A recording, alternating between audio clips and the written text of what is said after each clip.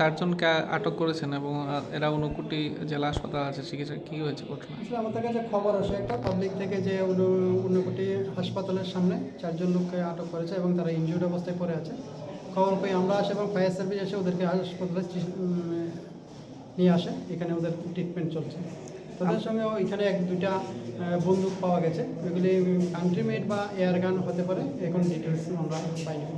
ঠিক বন্দুক নিয়ে কি কারণে এসেছিল বা কিছু জেরার মাধ্যমে জানা গেছে? এখন পর্যন্ত কিছু এরকম জানা যায়নি। তাদের ট্রিটমেন্ট চলছে, তারপরে জানা যাবে।